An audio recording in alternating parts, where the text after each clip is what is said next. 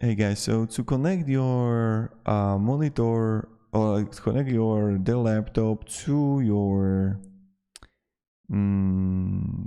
projector, it's super simple. So you either going to connect it with the HDMI or different cable. So you're gonna look on your Dell laptop if you got HDMI, right? It's going to look like this.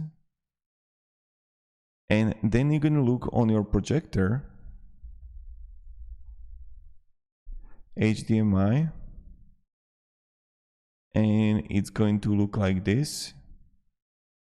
You're gonna have like, I don't know what kind of projector you have, but it's going to have HDMI output. And what you need to do, you just need to connect them both together with the HDMI cable. And that's it, how you're gonna do it. It's super simple. But of course, what can happen is that you're not going to have HDMI input, then you need to have the VGA input.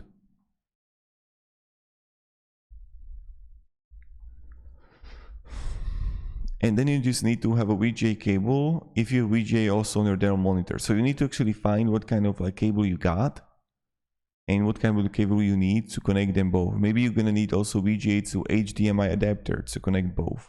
So I want to make this quick video for you, and have a great day and goodbye.